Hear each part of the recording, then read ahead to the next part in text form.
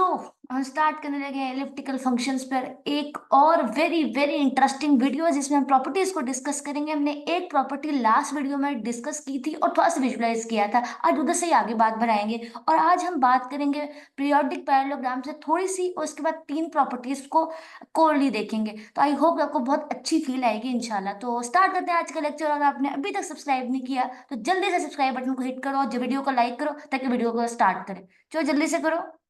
Okay, तो हम move करते हैं अपने नेक्स्ट स्लाइड।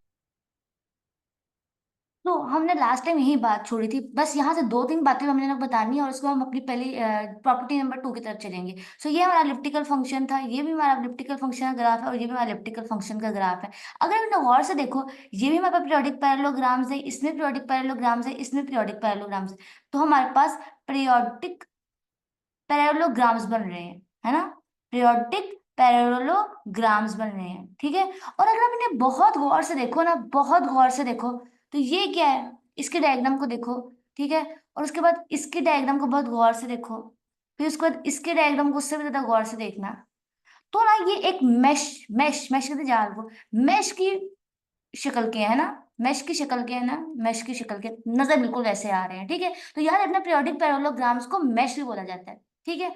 लेकिन अगर मैं इनमें से एक पर्टिकुलरली एक पैरेललोग्राम उठा लूं, दिस इज कॉल्ड एक पैरेललोग्राम, मतलब इस सब में डायग्राम में से मैंने एक को ऑब्जर्वेशन करनी है एक पैरेललोग्राम पर। तो याद रखना पीरियोडिक पैरेललोग्राम्स बहुत सारे पैरेललोग्राम्स होंगे और उस सब पैरेललोग्राम्स को मैश बोला जाता है। लेकिन अगर उसमें से मैं एक पीरियोडिक पैरेललोग्राम की बात करूं तो उसे सेल बोला जाएगा। क्या कहूंगी मैं? सेल, ठीक है। सेल सेल सेल, ठीक है। तो ना वो मूव करते हैं अपने थ्योरम के लिए। मैंने सेल का वर्ड इसलिए एक्सप्लेन किया बिकॉज वहां अगले थ्योरम में यूज है। तो आज प्रॉपर्टी नंबर मैं 3 लिखती हूँ आपके सामने, 2। सो ये ले लेते हैं, I will be okay. So बिस्मिल्लाह करते हैं। Sum of the residues, the sum of the residue the sum of residues at poles, statement को बहुत गौर से समझना है, at poles of elliptic function inside a cell, inside a cell is zero. अब बात को बहुत गौर से सुनना, ये हमारे पास स्टेटमेंट है, ये हमारे पास प्रॉपर्टी है, मतलब इसकी प्रॉपर्टी है।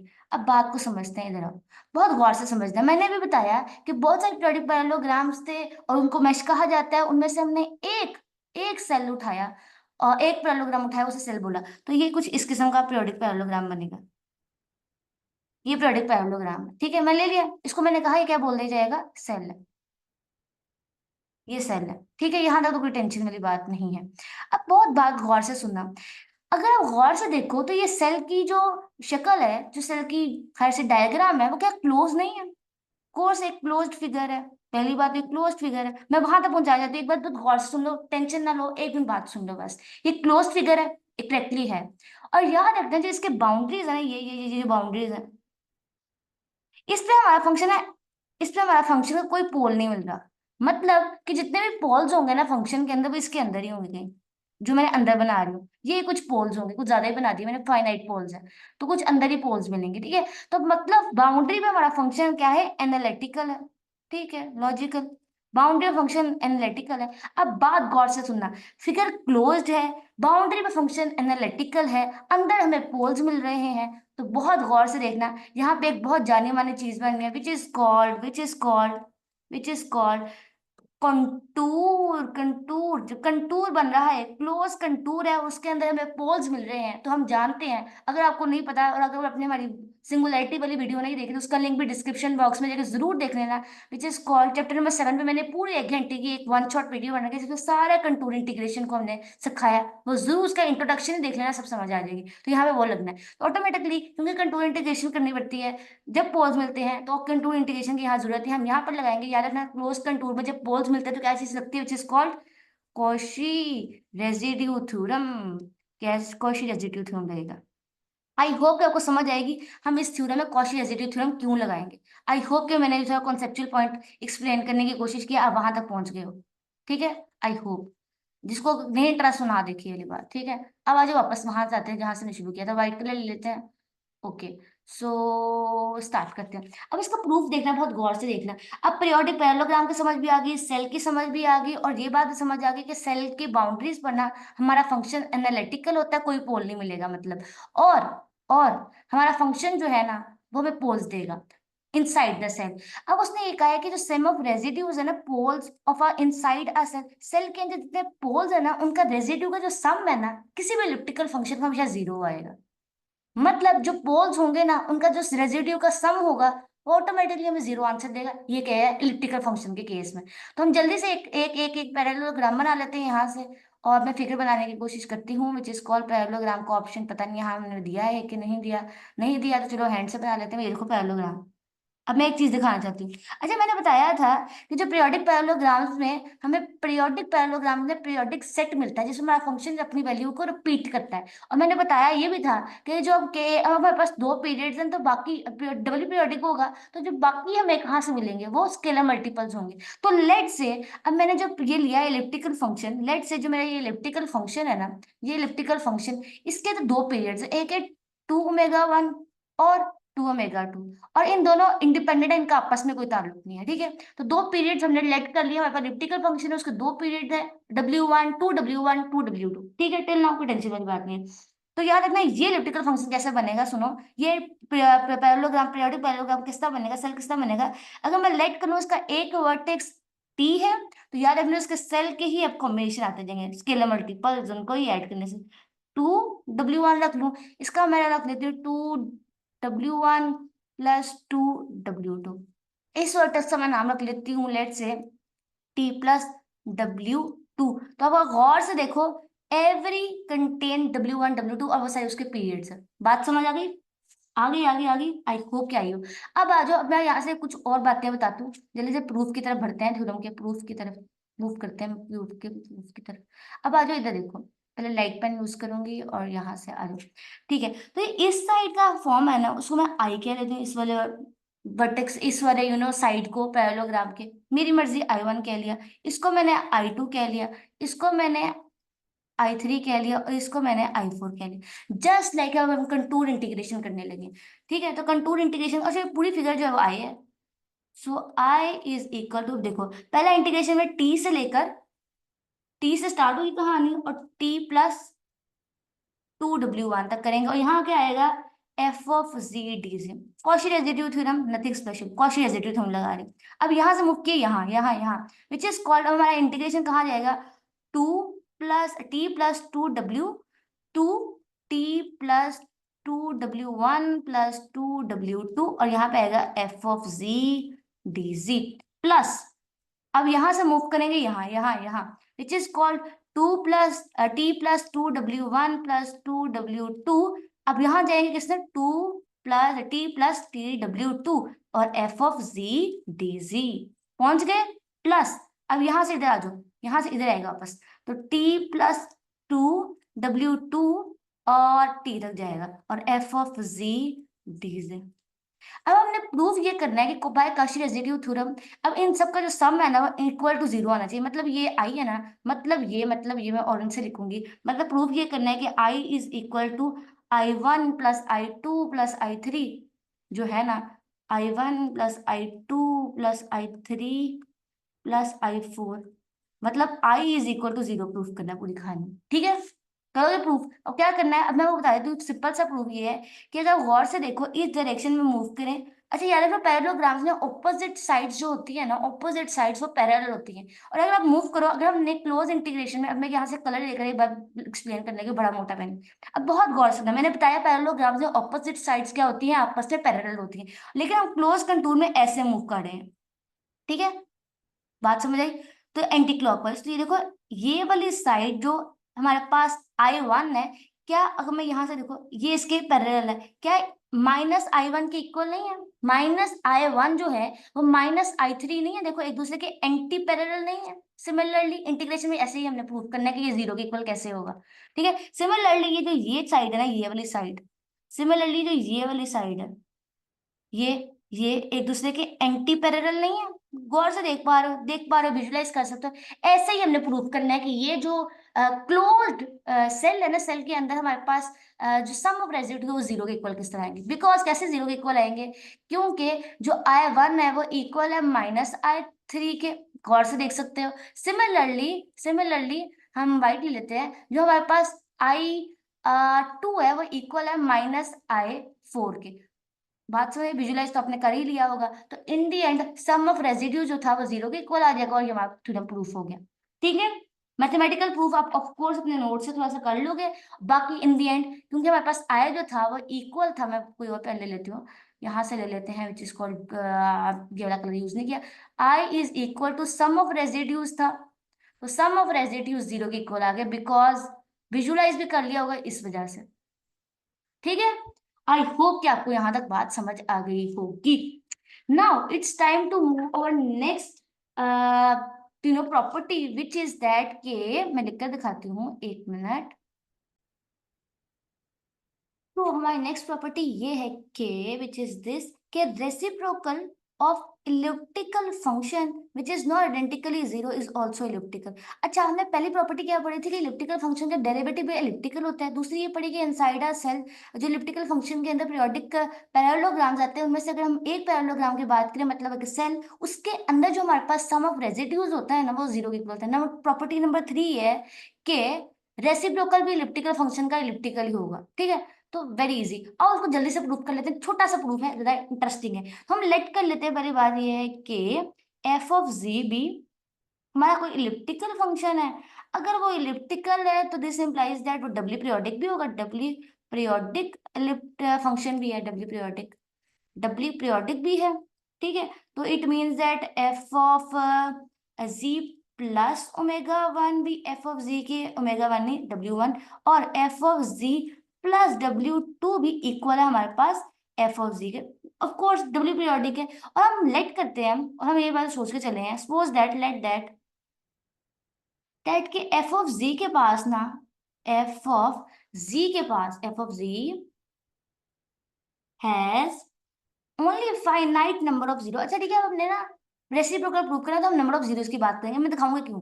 हैज नंबर ऑफ जीरो क्यों क्यों यहाँ पे आ रहा है, has finite number of zero. Colour change करते हैं, हैज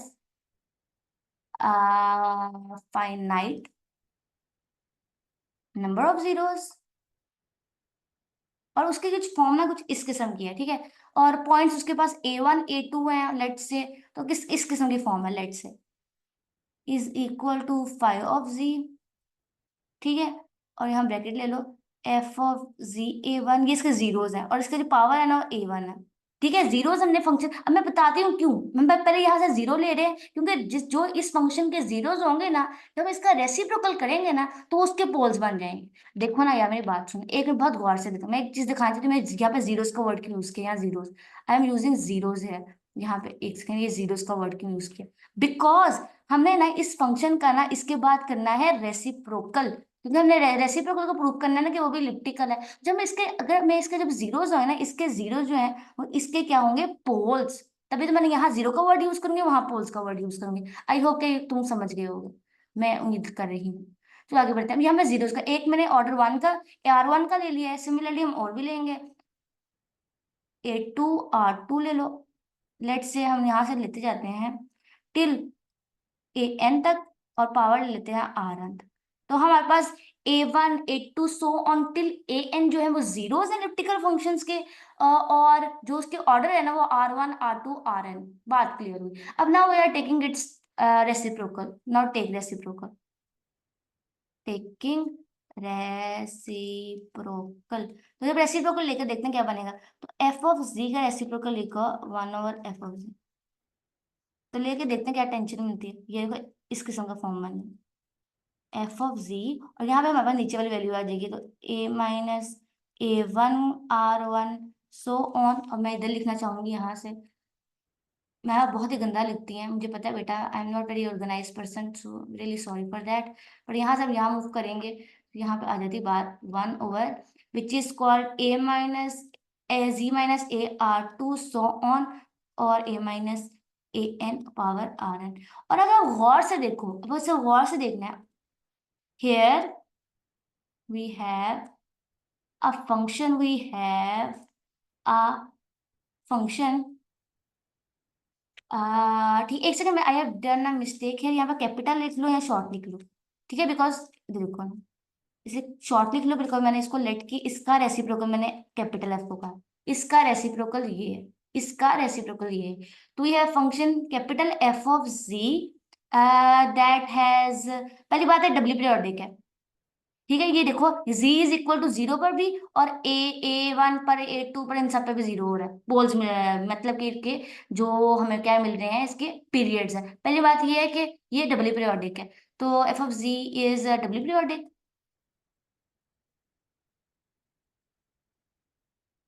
डब्ल्यू पीरियोडिक का मतलब इसकी अपनी वैल्यू रिपीट करेगा, ठीक है, वैल्यू। और दूसरी बात ये हैज सिंगुलैरिटीज एट पोल, तो इसका देखो सिंगुलैरिटी सिर्फ पोल्स पर ही आ रही है, देखो ना, ए जीरो पर आ रही है, और यहाँ पे A1 पर आएगी, A2 पर आएगी, और सो ऑन टिल AN पर आएगी, तो सारे एज भी इसके पोल्स होंगे और साथ में जीरो होगा, तो है सिंगुलैरिटी एट पोल्स, तो मतलब फाइनाइट सिंगुलैरिटीज है। तो अगर आप गौर से देखो, गौर से देखो, तो हमारे पास जो रेसिप्रोकल में जो फंक्शन बना है ना हमारे पास, वो डब्ल्यू पीरियोडिक भी है और उसकी सिंगुलैरिटी भी फाइनाइट है, क्योंकि वो दोनों प्रॉपर्टीज रखता है जो इलिप्टिकल फंक्शन को चाहिए होती हैं, तो दैट इज वाई ये भी हमारे पास एक इलिप्टिकल फंक्शन ही है। तो that is the most simplest proof. Now it's time to move on next and last property of elliptical function. So क्या है नेक्स्ट प्रॉपर्टी, ये देखते हैं। तो हमारा नेक्स्ट प्रॉपर्टी ये है कि विच इज दिस, कि इलिप्टिकल फंक्शन जिसके सेल के अंदर कोई पोल ना हो, वो क्या है भाई, कांस्टेंट फंक्शन है। ये कहना चाह रहा है ऐसा इलिप्टिकल फंक्शन जिसके सेल के अंदर कोई पोल ना मिले, वो हमारे पास क्या है, वो है हमारे पास एक कांस्टेंट फंक्शन। ये प्रॉपर्टी हमसे ये कहती है। मतलब बात ये है कि ये देखो, मैं एक बात थोड़ा सा दिखाऊं तो वहां तक पहुंच जाओ, अल्लाह करे। आई विल यूज मोटा पेन हेयर, ये देखो, ये हमारे पास एक सेल है, आई जस्ट ड्रॉड अ सेल, और ये बाउंड्री पे तो आप जानते हो पहले से एनालिटिकल है, मतलब कोई पोल नहीं है। अब मजे की बात है कि इसके अंदर भी कोई पोल नहीं है, नो पोल। अगर कोई पोल नहीं है इट मीन्स ये एनालिटिकल है, ठीक है, पूरे नो, और ऑटोमेटिकली ये एनालिटिकल भी है, और अगर आप गौर से देखो तो ये बाउंडेड भी है ना, सेल जो है वो बाउंडेड भी है और उसके अंदर कोई पोल नहीं है, तो वो एनालिटिकल भी है। तो इसका प्रूफ करा रही हूँ थ्योरम का, जरा सुनो, बड़े मजे का प्रूफ है, कुछ करने को नहीं है इस थ्योरम में।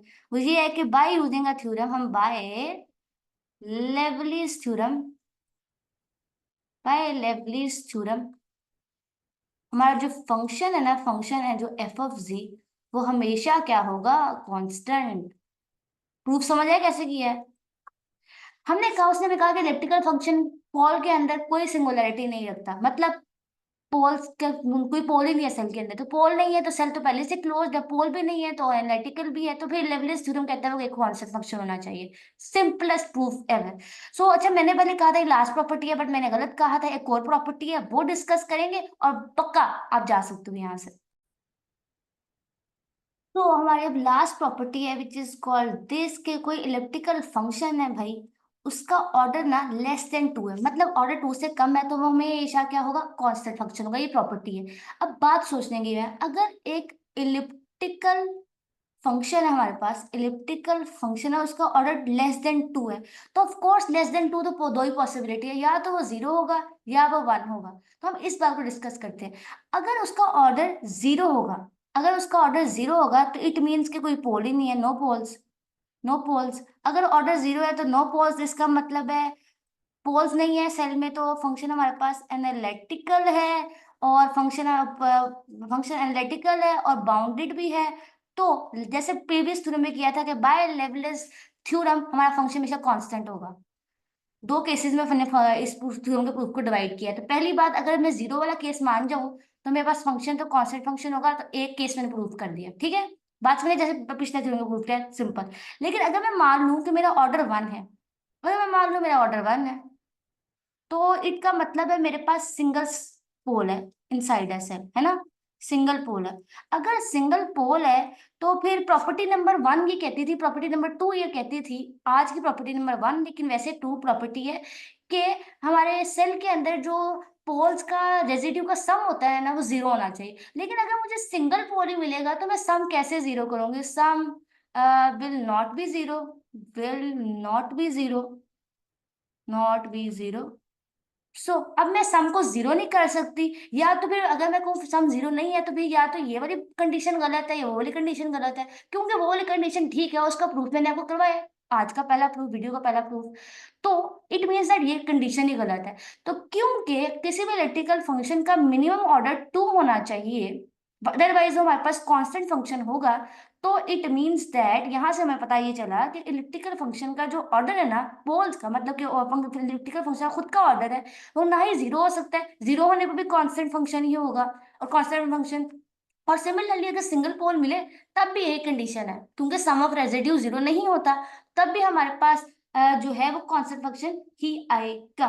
तो आई होप कि आपको क्लियर हुआ हो। कोई भी क्वेश्चन हो तो हमसे जरूर पूछो, और इंशाल्लाह नेक्स्ट वीडियो में हम डिस्कस करेंगे, इंशाल्लाह इंशाल्लाह कल ही वो रिलीज होगी, which is on heavy stress elliptic function. I hope आपको क्लियरिटी मिले हो। आपसे मुलाकात होगी अगली वीडियो, तब तक के लिए अल्लाह हाफिज़।